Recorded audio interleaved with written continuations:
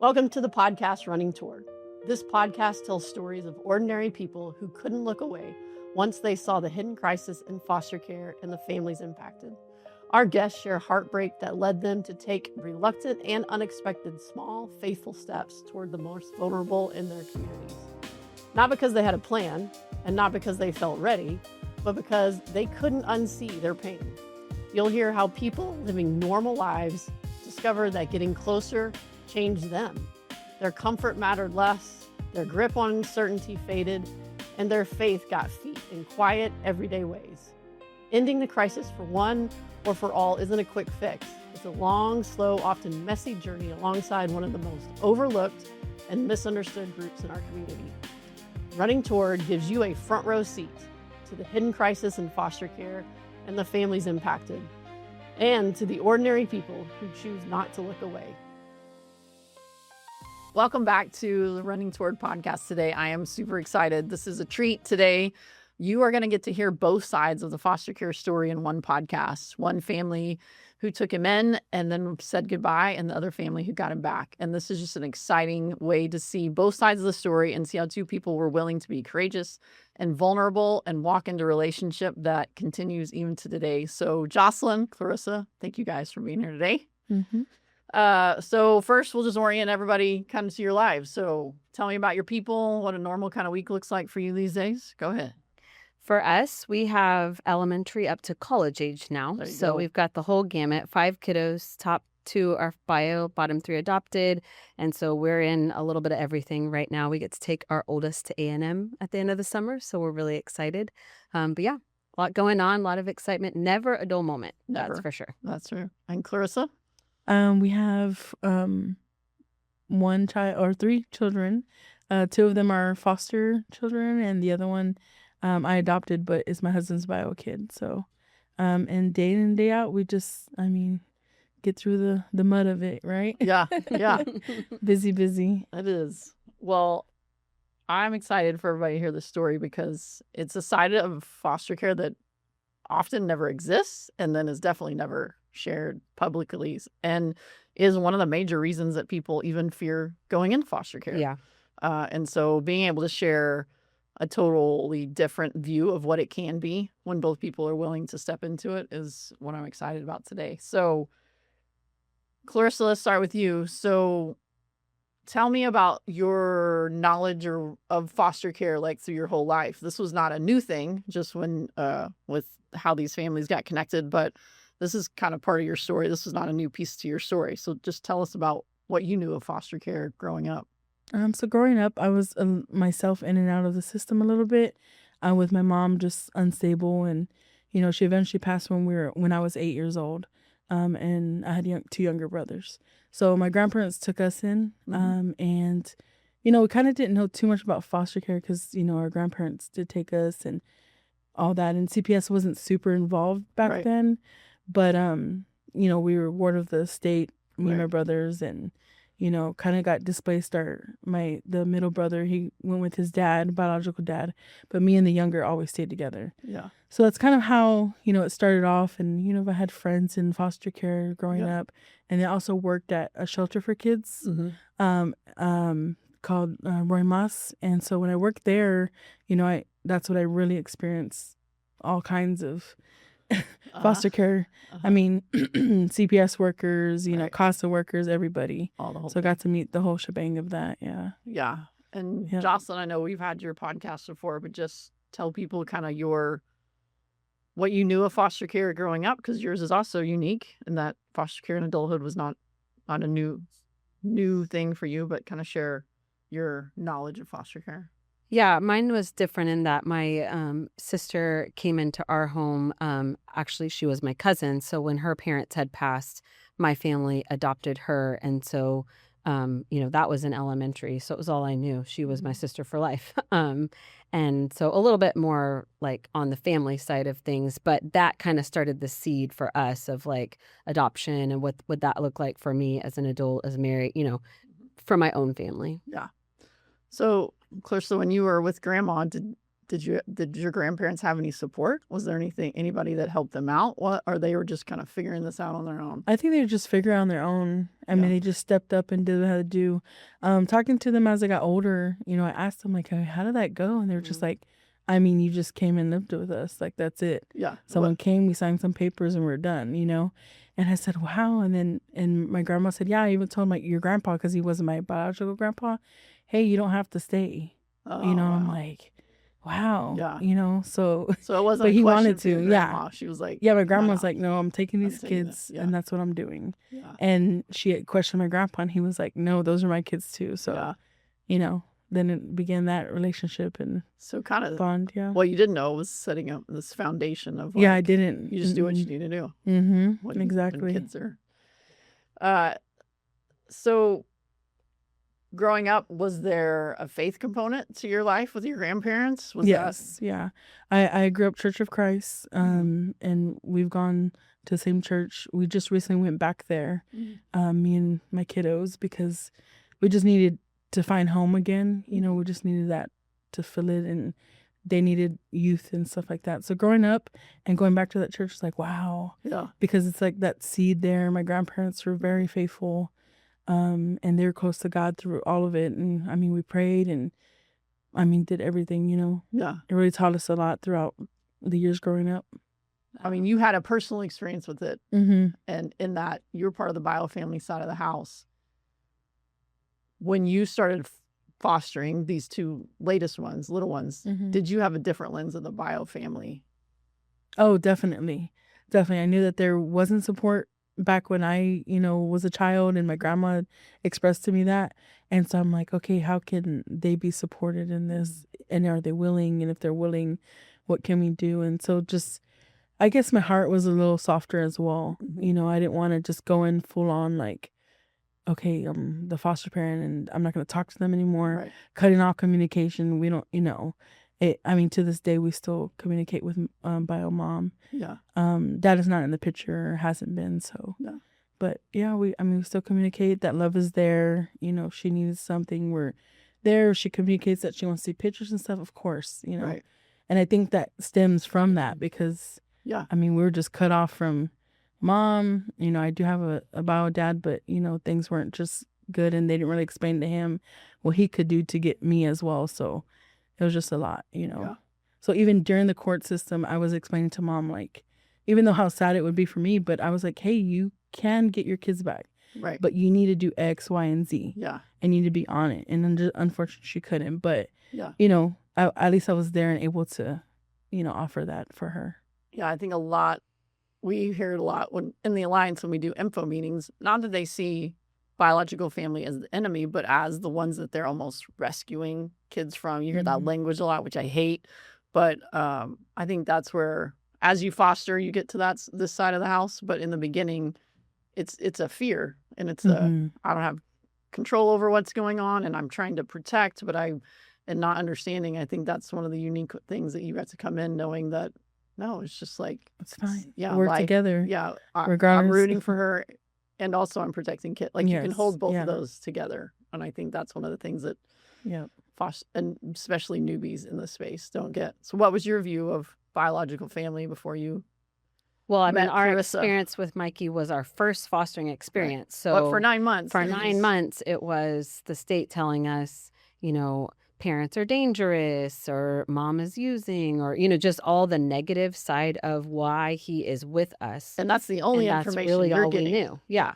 And so when, we've got Mikey for, about 9 months at that point, and we hear about Jay and Clarissa, of course we were kind of like deer in the headlights. What in the world you want us to kind of start this process again with them? Because we had already worked services with mom, trying to cheer for her, but knowing she just wasn't in a place to take care of Mikey. And so when we heard about Jay, we were definitely apprehensive. Right. And unfortunately, the state workers, they know the worst of why these kids are in the system. And that's kind of what they're leading with. And so that's what foster families are hearing versus the human side of things and like, where this family is actually at and what they want, for their family. And so that's where I think as a foster parent, you have to be patient and peel back those layers, be willing to really get the truth of what's happening, versus just hearing it and being like, great, I'm out. I don't want a part of that, Yeah.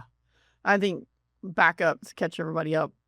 May have missed Jocelyn's story the first time. So first placement is Mikey. Very first foster 9 placement. months of... We picked him up from the hospital. Right. Newborn.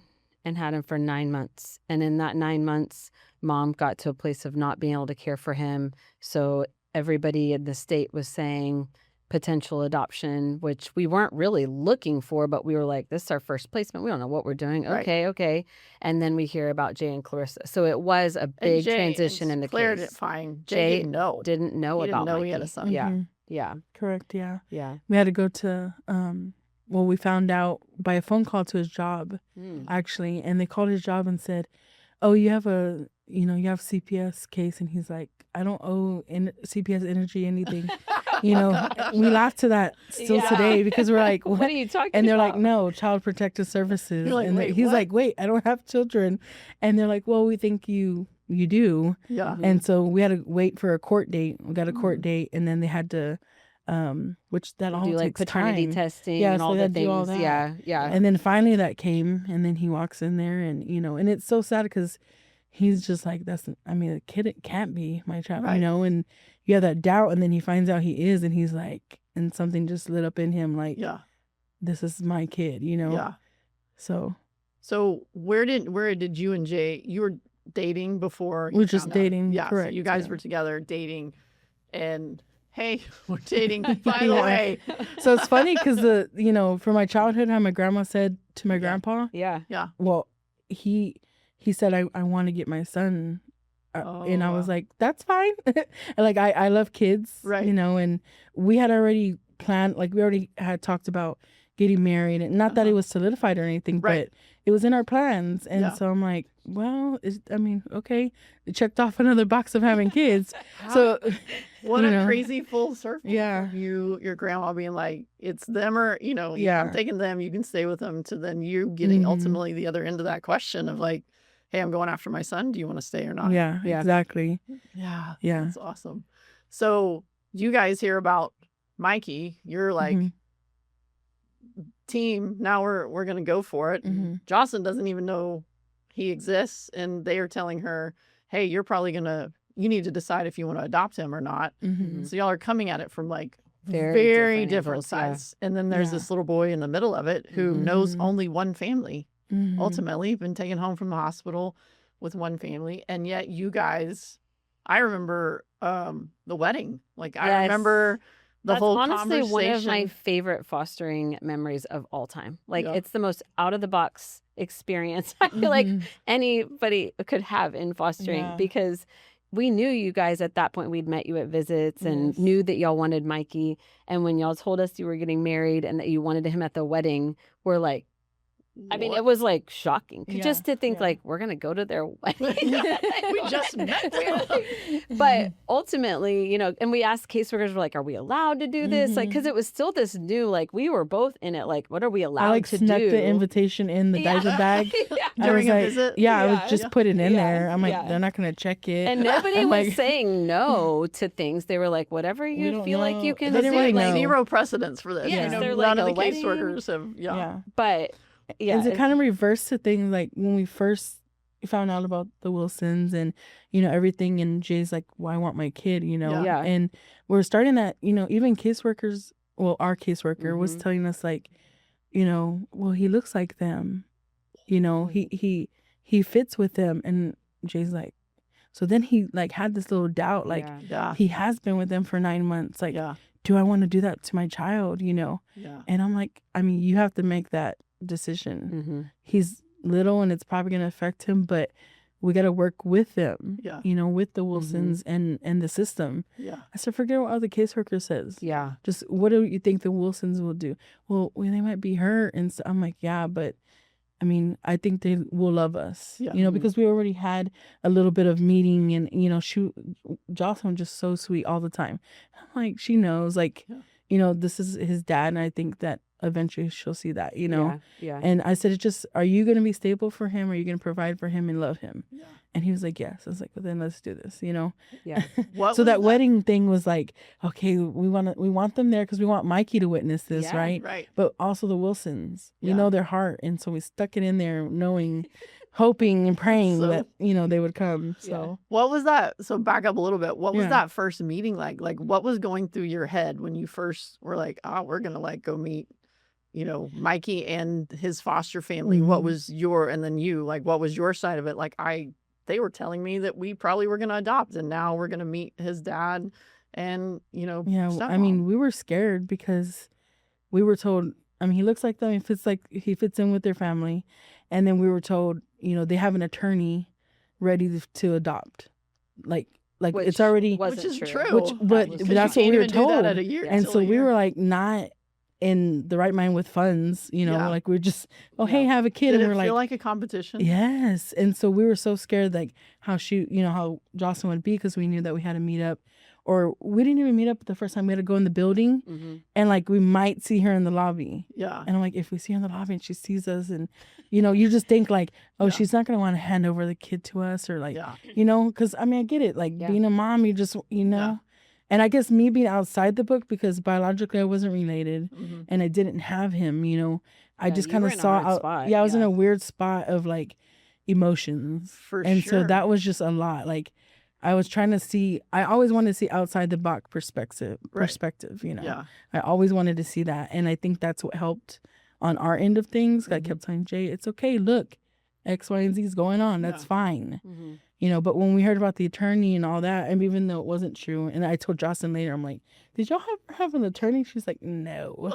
And I'm like, well, we were told. And I think the mix up of that is because caseworkers think when you're with an agency Yeah. and you're so close to adoption, they have, those resources Yeah. Ready to available. go, yeah. And I'm like, but it wasn't relayed to us that way. No. Yeah. So Yeah. we hired an attorney. I don't know if you remember that, but we Yeah. ended up hiring an attorney to kind of advocate for us more. Yeah. So, and that was a lot out of us. We had to get Yeah. family to help and all Yeah. that when we didn't really even need it. So, Yeah.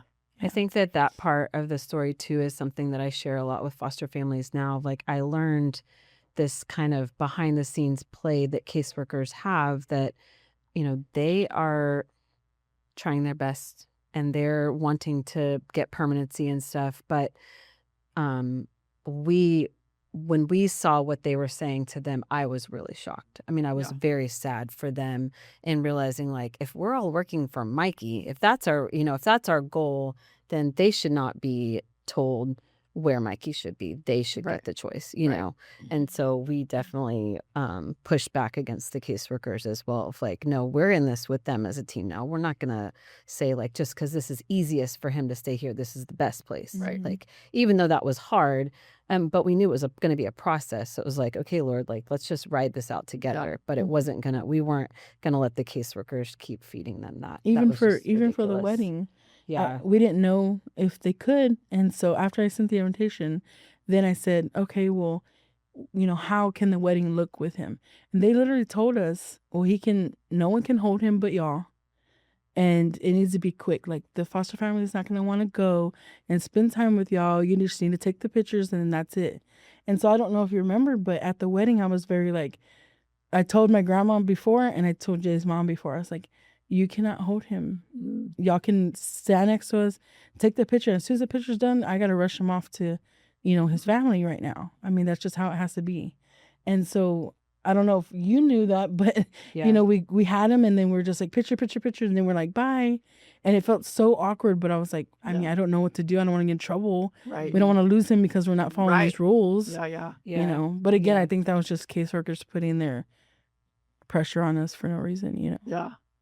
I think that's y'all paint such a beautiful picture of like this like cavern that is between biological Mhm. family and foster families. And then there's the system in the middle who, individually they're probably trying to do their best and they've seen the worst of the worst. Yeah. the They best have a lot the of best, opinions. and they're like trying to navigate all of that. And yet the two people who are actually the most connected to this little boy often don't even get to talk. Like they Mhm. don't get to play into the decision making as much because not as much anymore, but for a while, when we first started fostering, you were pitted against each other. Like they were the bad people, you were the good people. You're like, there was no seeing people as humans who, life had happened to, or that was not fostered at all. Yeah. And that's what we've been able to change on a lot of levels now, is like getting people to look beyond the piece of paper that they got. But that's the beauty of this story, is that both of you guys were willing to do the hard thing, like the hard thing of like, I feel like there could be judgment, or I don't want to break the rules, or I don't want to, but I still want to feel like this is important. And you're like, I don't know, we just got to know these people. I thought we were going to adopt them, but I still feel like this is important to give them a shot at it. And that's the beauty of you guys' story on so many levels.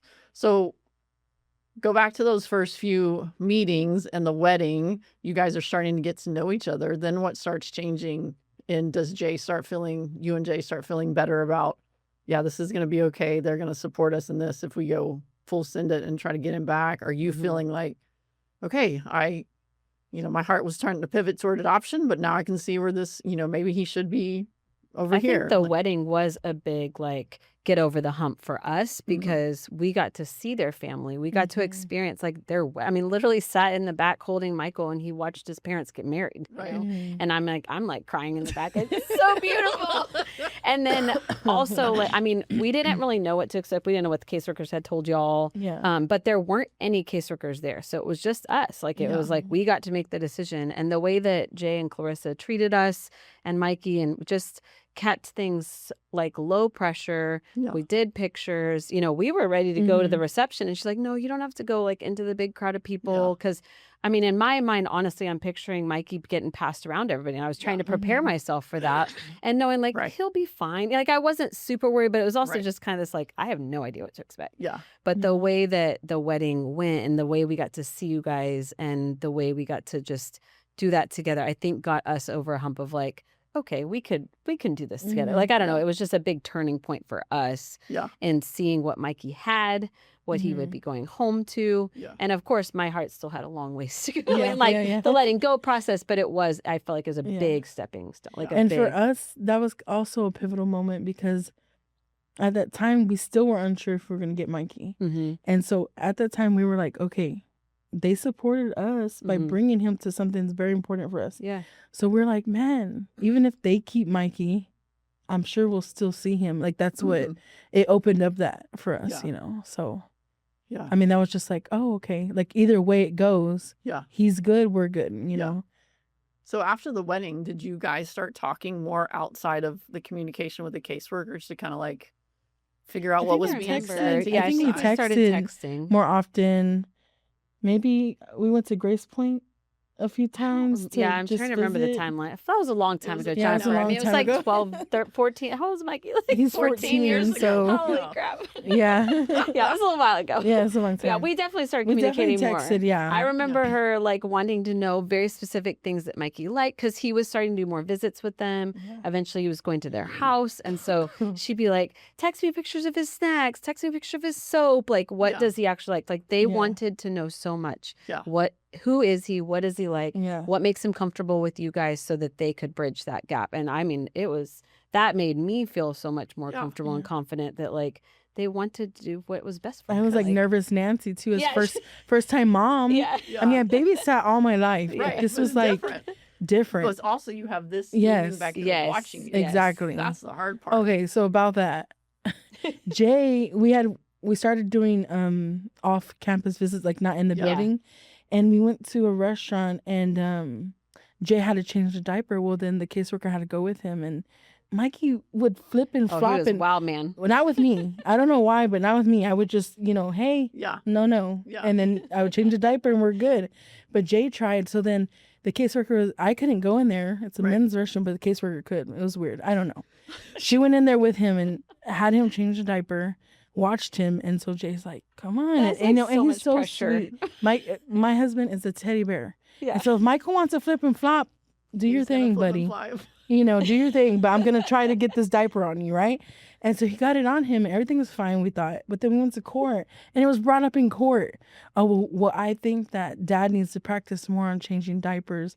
And so our attorney was like, okay, but dad doesn't get much time with him to do so. Right. Yeah. Sometimes we see him, he doesn't need a diaper change. Right. Yeah.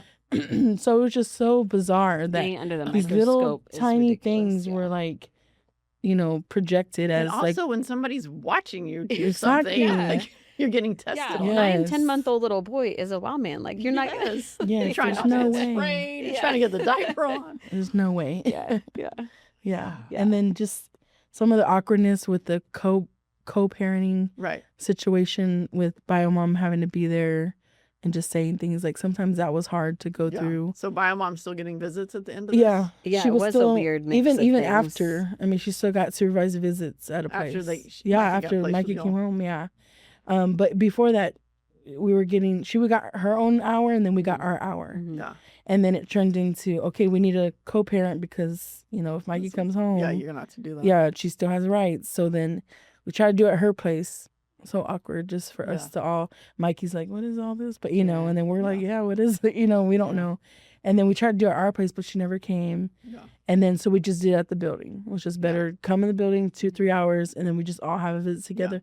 But then that was really hard because it's like Michael, you can see him being torn in between the two and not on purpose, but Right. he wasn't comfortable with my husband, Jay, his dad, and he wasn't comfortable with his mom, and he would come with me and crash out on me. Mhm. And then You're in the middle. yeah, and I'm just like, hi. Yeah, and then, you know, dad doesn't care because he's with me, so he's like, okay. Right.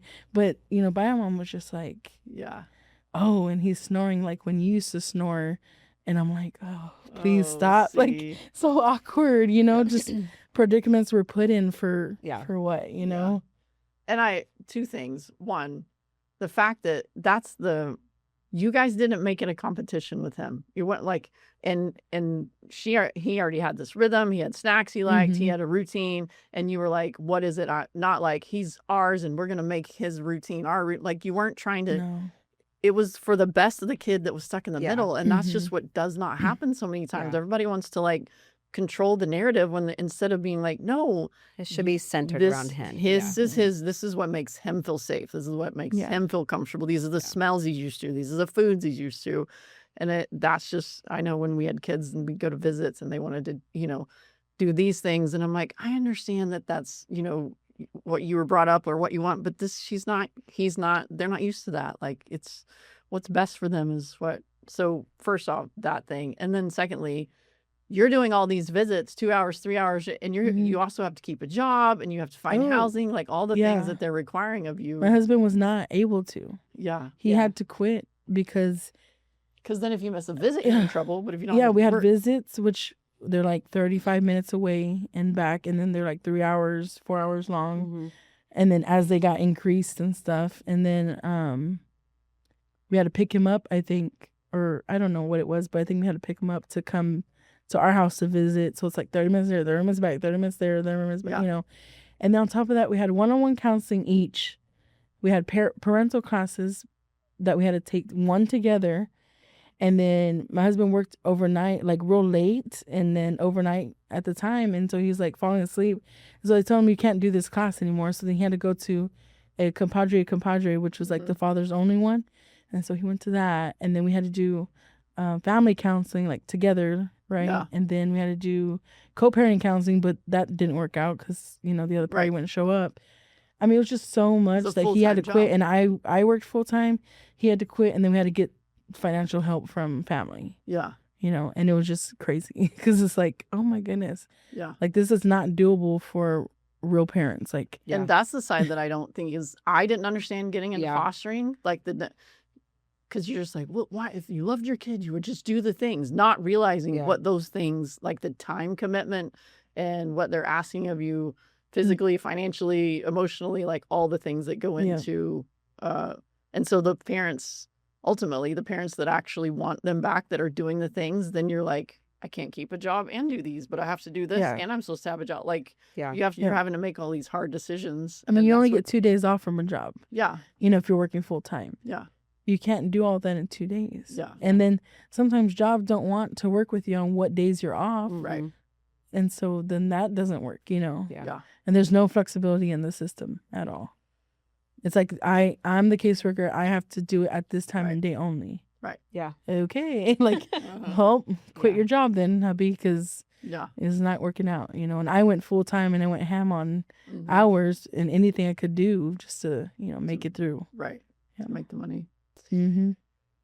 So what's the timeline? You guys meet, wedding. How much longer are you doing this, like, back and forth? Do you remember? So we got married in January, and then he came in June or July. I think it was July. I think July. Yeah. So you'll have like a 6 or 7 month window of like navigating this. How are you processing? Okay, like I think he's probably gonna go back, and we're gonna have to, some of the things that foster families fear is loving a child and then letting them leave. And you guys had loved a kid, and now you were gonna do this. I mean, I usually describe it in like the first 9 months of Mikey's life. Again, first time foster parent. So I went into it thinking like, how am I going to love him like he's my own? Well, first 24 hours, like, okay, I do. Question So answered. then I spent 9 months holding him like as my own tightly. And it was in those months of like God just like slowly loosening my grip and realizing like, I love him so much, I'm willing to do whatever is best for him. Right. And God, I trust you in that. And obviously that was a day by day kind of thing. It was a roller coaster for both sides because it was just like a journey. But I am so thankful that was our first foster experience, because it was probably our hardest, but also our most like growing and learning, like this is what God can do in this, just like helping me loosen my grip and realize really all of my children are his. But especially like this in this situation, I basically felt like he said, like, if you really love him, you'll do what I say for him, versus what you want, And his first birthday was fun. Yes. We got to have his birthday party together. So my grandparents were there. Me and Jay went, and Mikey with all of your parents and Ricky's parents. It was like a big family reunion. Like, that was the first time all of us together. Yeah, we had it at a park, and it was like so no fun. care what CPS said or did. Like at that point, that was in May of that year. Yeah, in May. So we were getting closer. Yeah, it was closer. And so we just had a first birthday celebration. I remember together. you like giving him to me, kind of, and me and Jay kind of went off with him on our own, like with everyone still there. So that was like weird, but it was okay. Yes, God. Yeah. Like this is what it is. Yeah. And because we're so close at that point. But even then, there's still a roller coaster with us too, because we're like, she was like, man, they do so good with him. Like, are we gonna be okay with him? Like, he was throwing a tantrum. He had the squeaky shoes on, and he was throwing a tantrum with these squeaky shoes. And I'm like, how can I like stop a tantrum with someone so cute with these squeaky shoes? Like, I can't do this, that parental, and you're like, am I gonna be able to do that? Are you still filling under the microscope at that point? I mean, probably from CPS, but from them. Kind of, but not as much. Yeah. Not as much. I mean, everything was done. We had everything done. Yeah. At that time, we're already doing. I think weekend service plan stuff. Yeah, every service plan. Yeah, stuff, we were starting to do weekends. I think. Yeah, with you guys having him, or like one overnight. Like overnight, not full weekend. And then we really pushed for like extended visits and transition to be like. Good, which is crazy that happens only the sometimes end. It's not. Yeah, like a lot of times that doesn't. I'm like, if service plan. Oh yeah, that's. I mean, true. that's you're a minority story for sure, because most of the time it's you showed up at court and they're like, we're sending them home, and you're like, whoa, they've never seen them for more than an hour. Yeah, that's what? True. Yeah, and they didn't ask what their snacks were, and they don't ask what their sleeping routine is, and you're like, not from a losing a child, but also from a like, this kid is going to go from this to this, and nobody seems to care that he doesn't get to transition. Or their transition. Yeah, that this is going to be traumatic. Again, even though this may be the best, ultimately, you don't have to do the middle traumatically. Like, you can do it like you guys got to do it. It can be gradual, which was really healthy for him. I mean, he bonded with them very easily. Yeah. Like, the time he got to spend and, like, going to their home and stuff, like, it really was so smooth. And we had church family, Jeannie, she came over and she helped us decorate his room with his little name and his crib and put it all together and looked so cute. And so when he came, I think first overnight, I was scared because I was like, I asked her, I was like, when does he go to sleep? What time does he wake up? Which is not the time we go to sleep and not the time we wake up. And then I was like, how can I get the house quiet? Because we did live with my grandparents at the time. So I'm like, Grandpa, lower your TV, like all this stuff. The sound machine came in handy that we still use, the same one we still use today for our new foster kids. It's been a great blessing for sure. But I think he gave us a sound machine to help, and that was like, yes. Yeah. Because we put that thing on, he was out, and then he was up early, and I'm like, he's up, and I'm like, I never wake up this early, but I was up at 5:30 or 6 in the morning. He was an early riser. He was an early riser. And I just remember the transition when he did come home, though. I was like, okay, is he going to mend a little bit to our schedule? Because I can't do this, 6 p.m., 6 a.m. thing. Like, this is tough. And sure enough, he did. I mean, it didn't take long. Right. He's eating beans and rice and Yeah. all this stuff. We just cooked a little different, and I was nervous he wasn't gonna like those things, and so I still had everything, all the snacks that he liked and stuff. Yeah. We still had that, but we would try to implement a little bit, and then sure enough, he loved it. Yeah. Not culture shock. Yeah, exactly. Yeah. Exactly. So you guys get your families together. So I know family dynamics can be a whole thing. So what are both of your extended families? Are they like, are they did you have to walk them through like, hey, this is, we're team Mikey. No way. Like her parents and they were just so sweet. I mean, it was just clear. My grandma and Titi just bonded, and they were just like talking over. I looked over when we had Mikey on the playground, and they're just talking. My grandpa was there talking to, I think, granddad at the time, Ricky's parents, and I'm just like, wow, this is. It was just real natural. It wasn't like a stiff, like rigid moment or anything. It was just super natural. We went, had fun. Everybody saw Mikey. Yeah, that was it. And the kids too. Yeah. All the cousins, all the kids. Yeah, I mean, everybody obviously loved Mikey, and we were all there for Mikey. So I feel like it was pretty smooth, pretty easy. Yeah, exactly. It was super fun. Yeah, and that, I think, just keep coming back to, that's why I love the story, is that this kid was ultimately the victim of a situation he couldn't control. But then all these adults around him were like, okay, we're going to figure out what's best for him. And we're at the cost on both sides. Like, I'm going to be insecure about my parenting, and I don't know if we're going to be good enough. And you're going to be like, I'm going to let him go and not have to control this. But that's what it took to end up getting him where he was supposed to be and where he needed to be long term. And that's the beauty of it. So talk about, you guys both obviously grew up believers and had, a faith story. How did going through all of this change your view of God, your relationship with him, what you believed, what you didn't believe? How did going through this whole story change any of that for you? I mean, it got me a lot stronger. Yeah. I mean, even to this day, the struggles don't really feel as hard, I guess you can say, because my faith is strong, And before this, I grew up Church of Christ, and I was in it. But, this really hit, and I'm like, this beautiful boy was taken care of by beautiful believers, the same as us, and it just ultimately had the root in it. There's always been that root that's there with Christ. So it's like, wow, like he worked in us, through us. Our hearts were soft because of that. And so that's what truly helped us.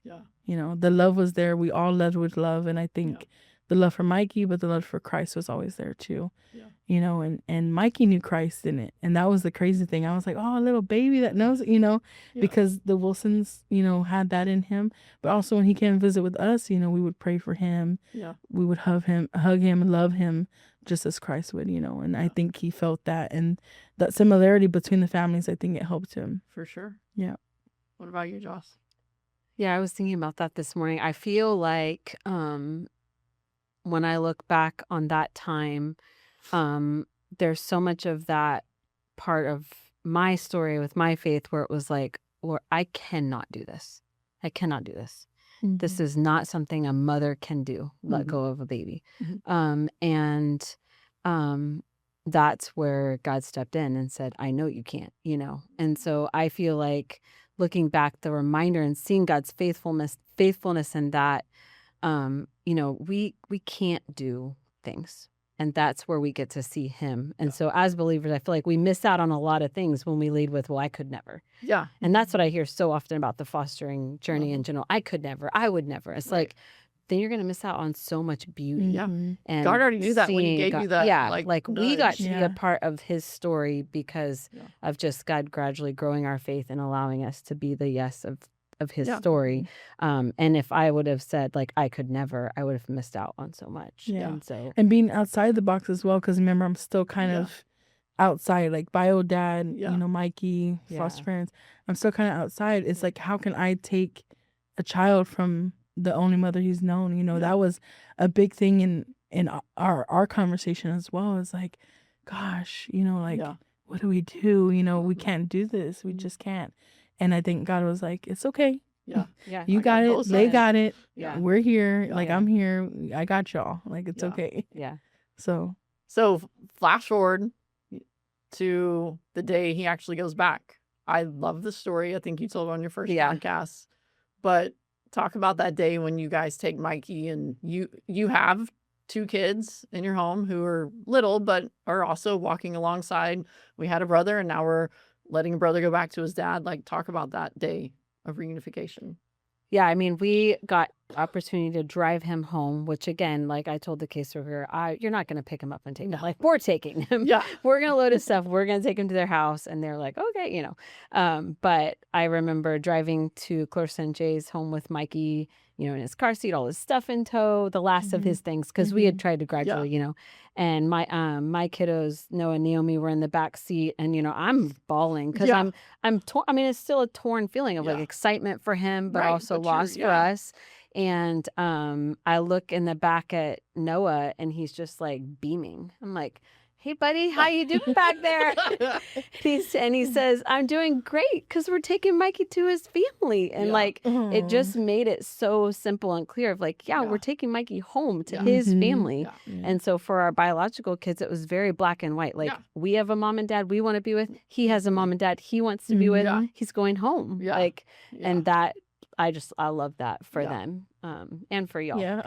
He was coming home. I'm like, here comes the waterproof mascara. That's okay. Waterproof mascara in tow, She was prepared today. I was prepared. And that's what I love that story, because it is, we as adults, I think, complicated so much because we have so many emotions and all the like, what ifs and what ifs and what ifs. And it was just simple for Noah. He was just like, well, hello. Right. And if you know him till today, that's exactly how he is. Like, well, hello. Like, it makes sense. But on our end, we were like, oh, the Wilsons are bringing him? What? Okay. And we kept checking the blinds, we're being the creepers, and everything's clean, everything's prepared, his room's open, like it's a dog outside, we're freaking out. But I mean, then he came and we're just like, oh, like, is this gonna be awkward? But it wasn't. I mean, the kids were like, bye, Mikey, we'll see you later.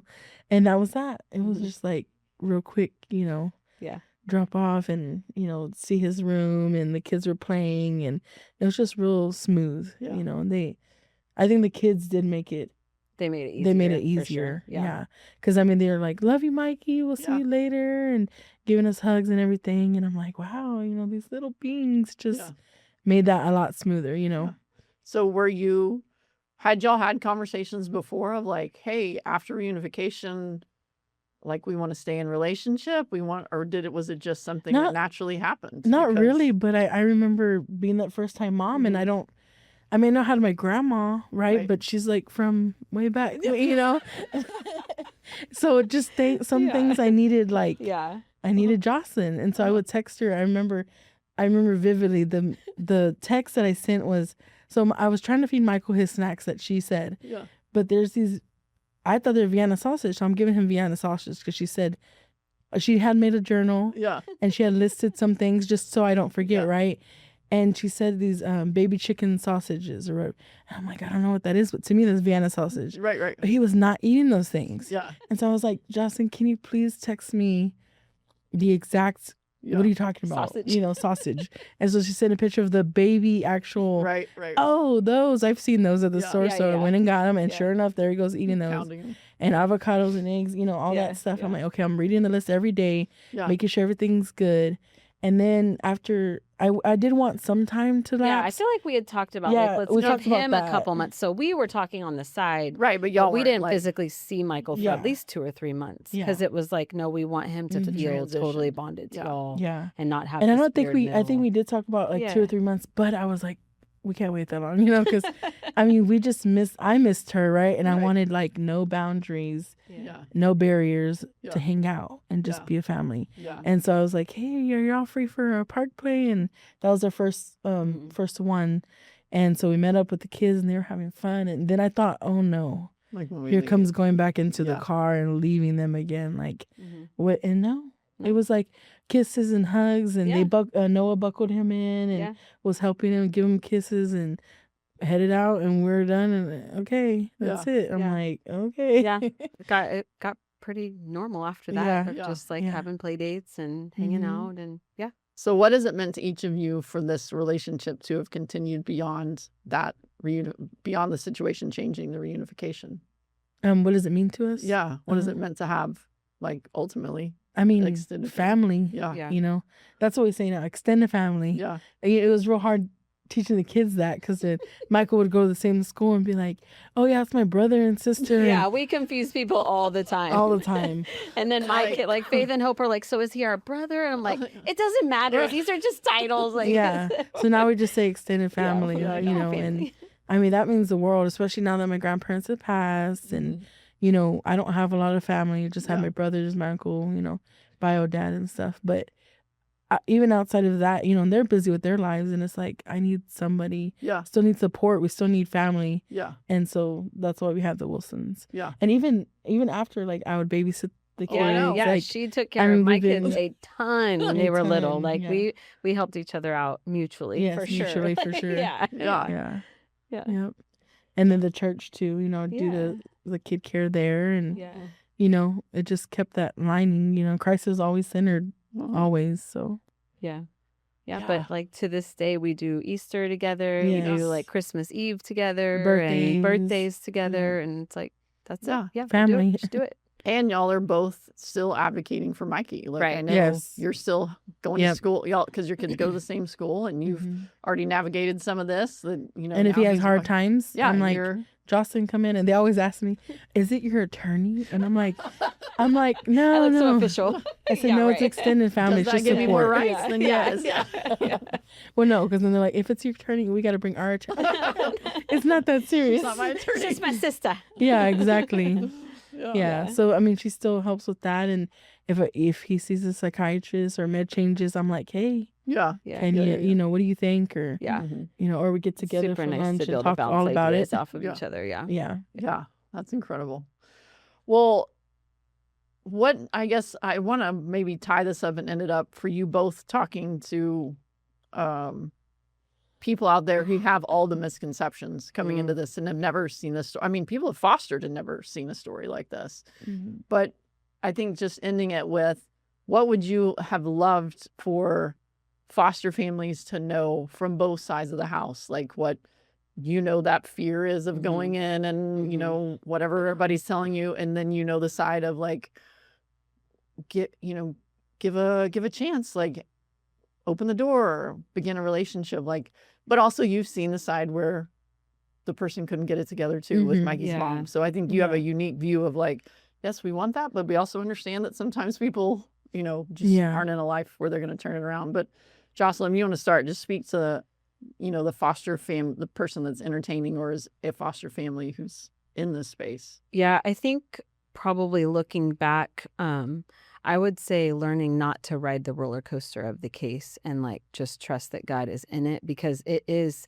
you know, everybody's saying different things all the time. You know, you might have a court date and they say this, and then you might have another one and they say this. So you're constantly like whiplash of things. But I feel like through our fostering journey, I've learned like you got to stay off the roller coaster, let it ride. You're sitting back taking care of whatever kiddo for however long God wants you to. And, know that like God is going to be faithful in that, and that the story may change, the picture of what you thought may change, but just to hold it all loosely. Don't get like so fixed on one way this should turn out, because then you're going to get more hurt. Like you're going to get hurt, you're going to get burned, crushed. you're going to get crushed, versus like, no, I believe God's got this no matter how it goes. And sometimes it does not go well. And knowing like God is good even in that space, and that he loves these kids even more than I do, that is what gives me like hope in those hard moments. But yeah, again, just not getting fixed on what should be or what I think is best, and trusting that he's got it. What would you have to say to that, foster mom? Definitely that. I mean, just getting out there, doing it. I mean, being willing is the first thing. Yeah. Being willing to take that chance of whatever's going to happen is going to happen, and that God has control. And that's the hardest thing with us is not taking the reins and wanting to fix it and do it, and and then protecting these kids to the best that we can, but sometimes that can just make things worse, and so why we're protecting, like you said earlier, kind of holding out, like with bio mom and stuff, it's okay to protect the kids and hold them in and hold those reins with that, but also allowing the bio parents to have that chance, and if they can't, they can't, and that's, God knows that, we don't, right. And until we know, then we just keep going, ride that roller coaster. That's for sure. I think that's one of the things we said earlier, was that both can be true. You can be advocating and protecting a child that's in your home, and you can also be rooting for a biological family that's still struggling, and you can hold both of those. I don't think I knew that in the beginning. I thought I had to pick a side of, like, you're the enemy or I'm rooting for you. But ultimately, you can hold, they're never the enemy, first off. Secondly, you can hold both of, like, I feel like I still need to protect this child from you, but I also hope I don't have to at some point, and that you can get it together. And I think that's the hard part of fostering and walking alongside. But ultimately, that's how the kids that are stuck in the middle end up in the right spot and actually can grow and heal and thrive and become who God created them to be. Well, ladies, this is great. Clarissa, I just want to tell you I'm super proud of you. Yes. Oh, thanks.